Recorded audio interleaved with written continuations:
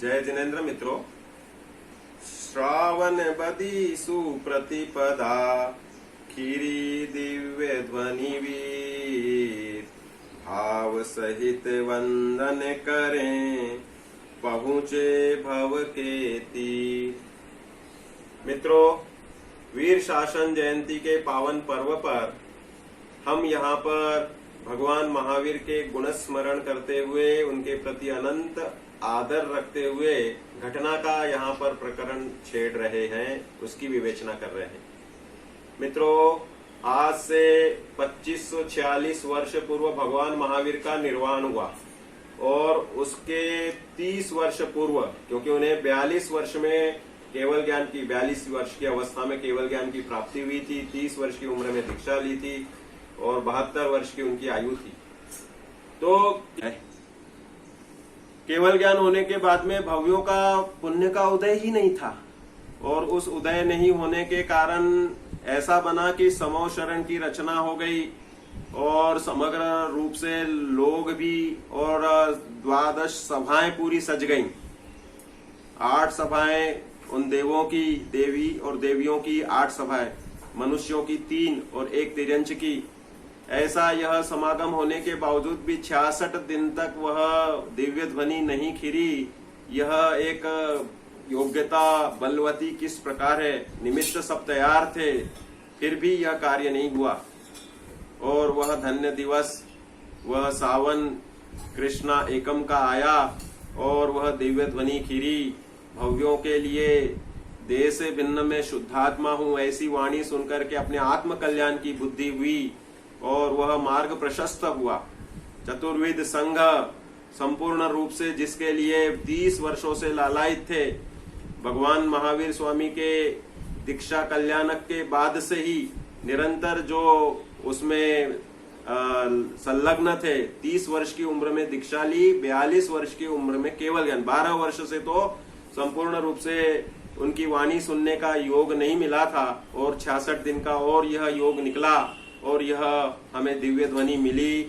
आचार्यों ने उसका, गणधर देव ने, अब गणधर देव का भी वहां देखो, गौतम गणधर के आप पूर्व भाव देखोगे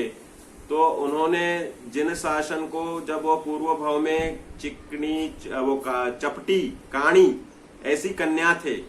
उस समय पे जिन मार्ग को मुनिराज के उपदेश से ग्रहण किया सबसे पहले,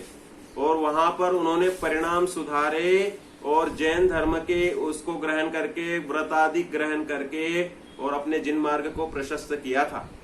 मित्रों, हमने पूर्व में अनेकों बार जिन धर्म की आराधना की, लेकिन अप्रतिहत आराधना नहीं की। हम छूट गए, कुछ दिन आ गए, फिर छोड़ दिया, निर्णय करने के लिए स्वाध्याय प्रारंभ किया, लेकिन गहराई नहीं ली, छोड़ दिया, पुनः इन काम भोग बंधन की कथा में ही रंजायमान होते गए और इसके कारण हमारा आज संसार में ही अस्तित्व है। क्योंकि पूर्णता के लक्ष्य से जो शुरुआत हो, अर्थात केवल ज्ञान की प्राप्ति हुए बिना हमें बीच में रुकना ही नहीं चाहिए। इसलिए देह से भिन्न शुद्धात्मा का ज्ञान, भान, वैसा श्रद्धान, सम्यक दर्शन ग्रहण करने के बाद भी अपने चारित्र के मार्ग पर पुरुषार्थ हमें निरंतर बढ़ाना ही बढ़ाना चाहिए।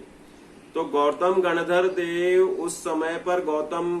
ब्राह्मण थे और वे जैन मार्ग से अपरिचित थे और त्रैकाल्यम द्रव्य षटकम वाले उस सूत्र का अर्थ नहीं कर पा रहे थे